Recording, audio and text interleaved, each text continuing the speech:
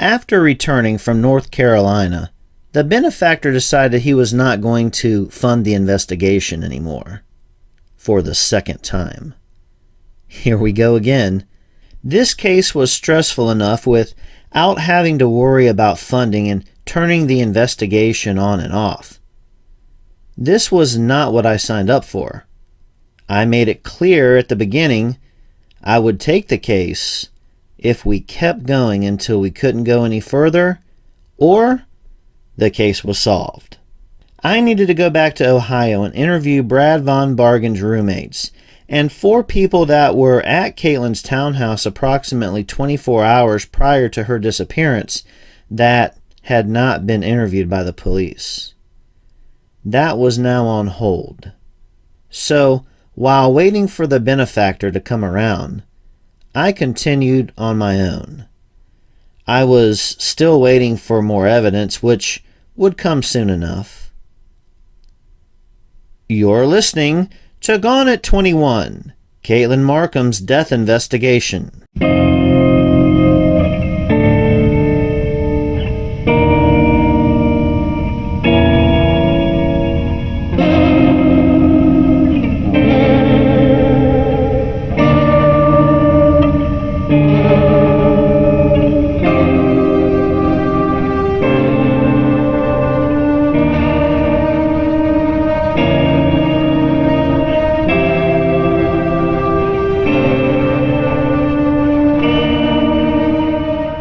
In this episode, we are going to listen to Sarah Collingsworth, a friend of Katelyn since middle school, a clip of the unheard first interview from John Palmerton. You heard his second interview from June of 2015.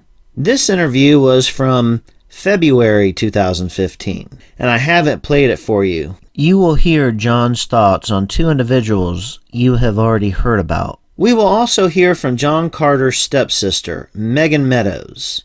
She throws an interesting theory at me and speaks a little bit about Christopher, who we heard about earlier on in the podcast. I'm wrapping these interviews up because I'm preparing for a set of interviews conducted on my 3rd trip to Ohio. That trip will take place next episode. And after I return from that trip, this case heats up and gets turned upside down with evidence I collected that disproves some earlier believed information. Most of the interviews you will hear on this episode were done earlier on in the investigation, so they are out of order. I did want you to hear these interviews, but decided to put them in now instead of inserting them in an earlier episode where they didn't really fit. Sarah Collingsworth had been friends with Katelyn since 6th grade. Here is Sarah explaining how she met Katelyn and how she heard Katelyn was missing. She also goes into a discussion she had with John Carter and Joey Schaefer about a week after Katelyn vanished. Well, when I moved to Fairfield in 6th grade. She was the very first person that I ever met when I moved and went to school there. She sat directly behind me in music class, and we instantly hit it off. We've been very best friends for all of high school, and after high school, we went to all the same classes. We went to Butler Tech together. I'd help her with rides, and, we'd hang out after school and all that good stuff. As far as her and John, I always was inspired by their relationship because they were very good together, and I hung out with them together a lot, and, they just seemed very happy and in love. As far as the night that everything happened and she went missing, I was on my way to North Carolina to visit some close friends of mine, and I got a bunch of text messages from different friends asking me if I've heard from her, have I seen her, and all that stuff. And of course I said no. From what I am told, she was hanging out with a small group of friends the night before she went to bed, or the night she did go missing.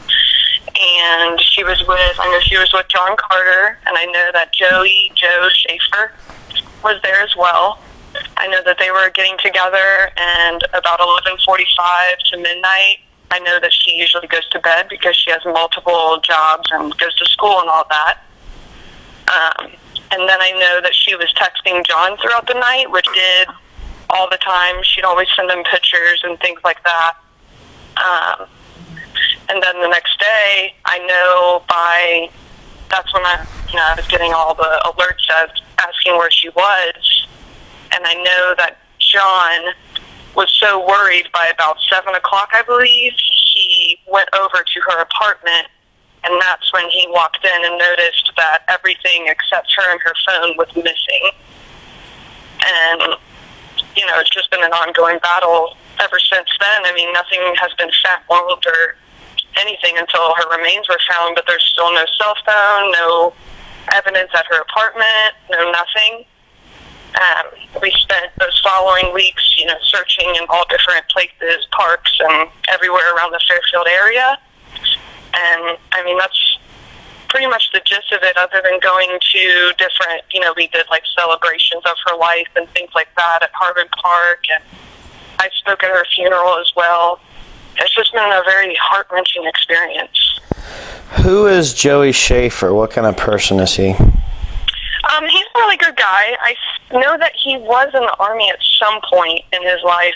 They've known each other since about high school, I'd say. He was always a really nice guy. I would never, question him being a bad person in any way. He's just a very friendly, gets along with everybody type of guy. Did he use drugs? No, occasionally, he would smoke weed here and there, but he was never, he never smoked, all the time or something. It would be, a social thing, but he never, used, pills or heroin or anything like that. Who told you he was there?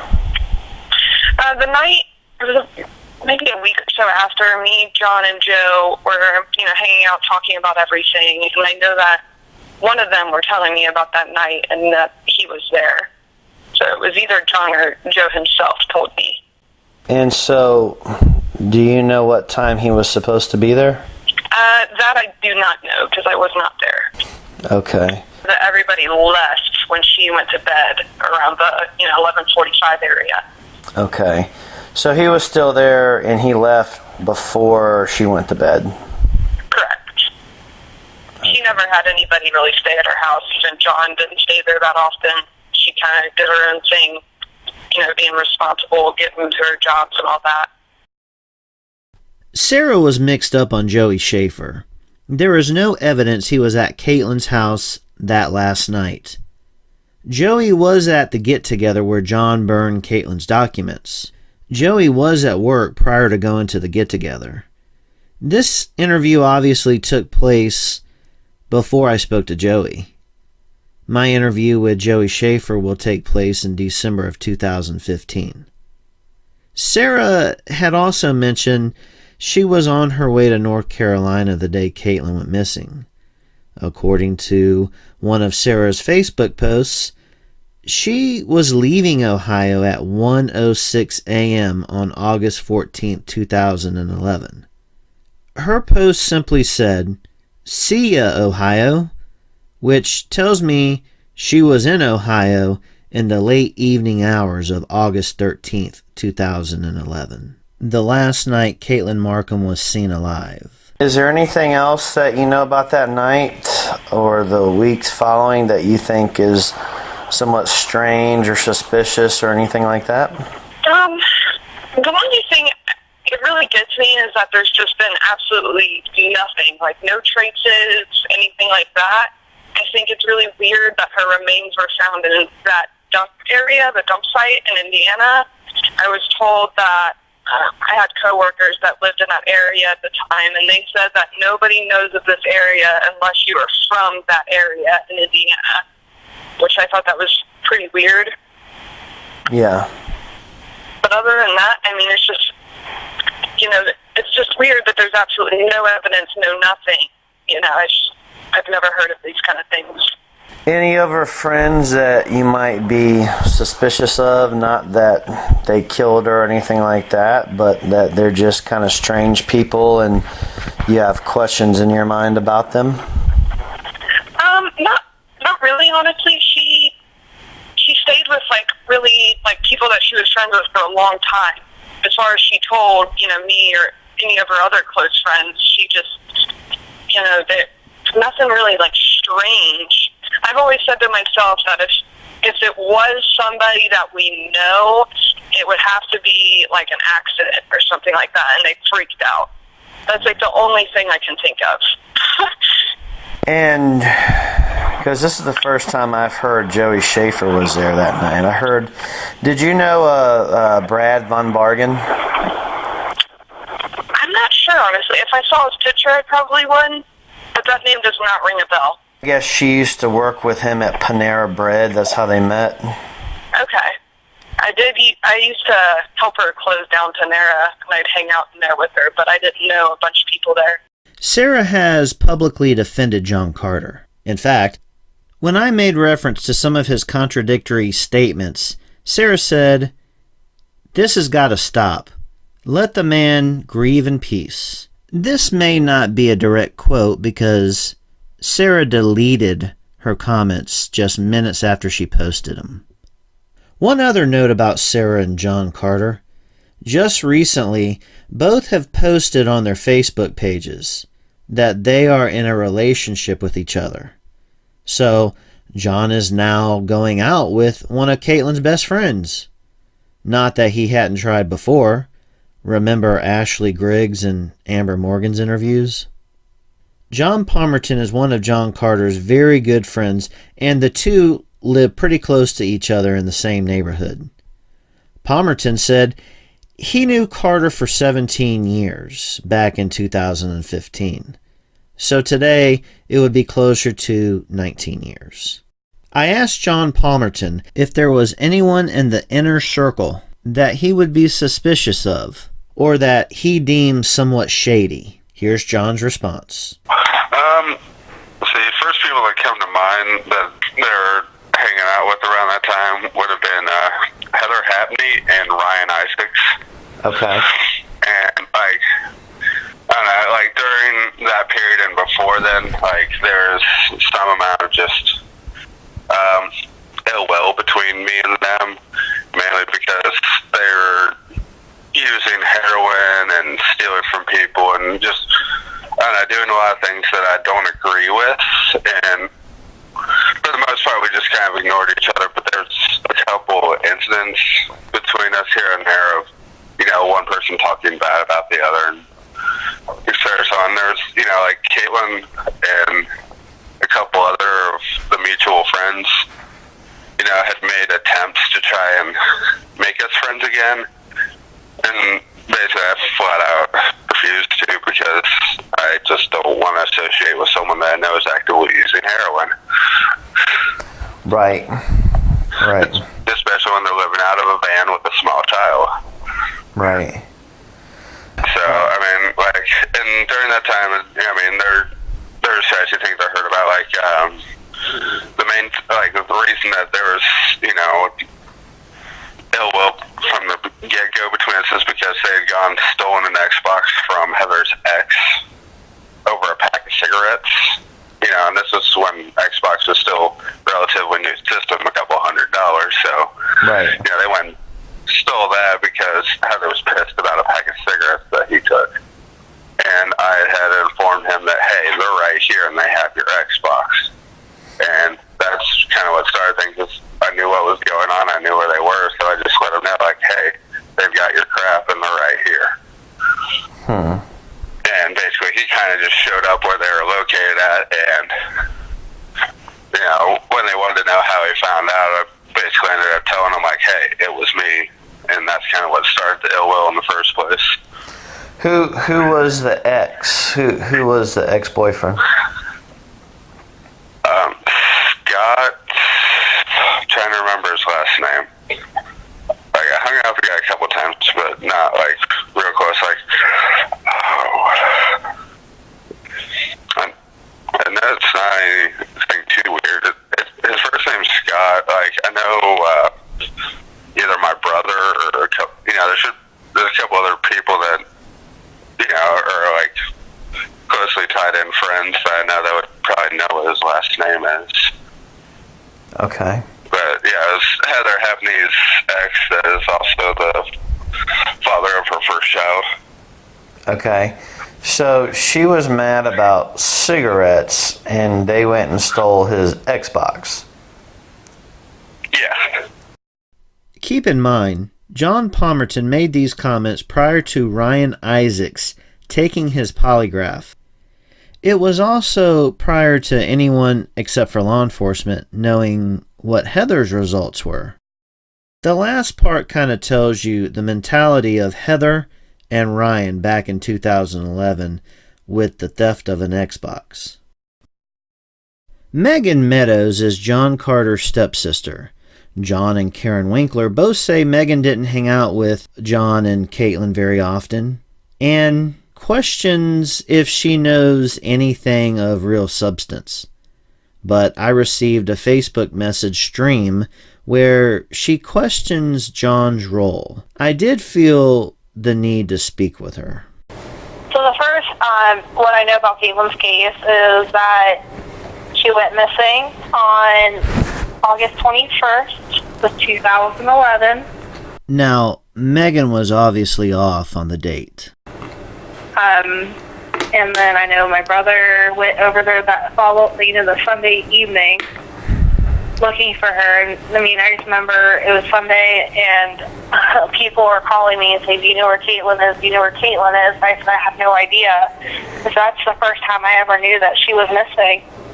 And then, we waited so long for any answers, and her body was found in April of 2013, and it's always scared me, because she was found in Indiana. I mean, probably from what I read, like 20, 25 miles away from my family's property. Okay. And, so ever since then, we've just been waiting for answers. Okay. Could you tell me your, questioning John's innocence at one time? Is that a true statement or is it false? I think in a way I was just trying to see who I could trust on those sites. So I was actually, in a way, telling people false things to see if they would tell other people, to be honest with you. Okay. Because they kept messaging me saying, "Well, you can trust me, this won't be stated, blah, blah, blah." And it made me nervous, I had all these strangers messaging me this entire time, just saying all these mean things to me, and then someone asked, really, really mean, someone asked very, very nice, and I just wanted to know who was actually in it for Katelyn and wasn't accusing my brother. Okay. And I know that was wrong of me. That was completely wrong of me to do. So when I was getting messages, 10, 15 messages a week from people I didn't know, saying, and I had one person tell me that my son would be taken away from me because I was aiding and abetting a murderer. So you can see how it came off on my side. Megan revealed that Citizen Sleuth, some were Facebook followers of the case, were emailing her. Now, she said one of these amateur detectives threatened her that she would have her child taken away from her for harboring a murderer if she didn't tell her what she wanted to hear. In my opinion, this is amateur investigations gone wrong. We have heard about a group of people following and basically stalking John Carter, looking into houses, and there are several claims that members of John and Katelyn's inner circle had their email and Facebook accounts hacked. This makes it very hard for an actual professional to come in and interview these people. They don't want to talk to anybody. In fact, I tried to contact Megan on several occasions without success, and the only reason she spoke to me was because John Carter vouched for me. It actually took John a couple of attempts with her to get her to speak to me. I don't blame her at all. I don't think I would want to talk to anybody if I had been getting threats about my child being taken away from me if I didn't tell these amateurs what they wanted to know. It's not how you go about getting information for a case like this one. I'm not saying the public can't help with talking about the case and sharing what they know and helping with searches and memorials, but leave the investigating and the interviewing of witnesses to trained professionals. Here is Megan speaking about Christopher. Well, I know that there was a guy, I'm not sure if it's the same guy, but I know there was a guy, his name was Christopher, and he's always creeped us out. Since I can remember, he's always messaged people on Facebook, even on MySpace, but MySpace is popular. Okay. And he's actually a registered sex offender. Right. And I know that he might have been questioned in the beginning of this, but he stood out to me because he actually went to the Tri-County Mall right after Katelyn went missing, and he was applying for jobs, and I had a friend that worked at Bobby Joel in the mall, and I went to talk to her, see if I could hang out flyers in the store, and she told me that this guy came and was, filling out the application. All of a sudden, he just, started crying and, freaking out, saying how his friend Katelyn Markham went missing, and kind of trying to find attention, and, she didn't know exactly what to say or do. And I said, well, who was it? And she said, well, this guy. Oh, wow. And it just, ever since that, he's always creeped me out. Especially after that. Then right after that, he started messaging me more and more and more on Facebook.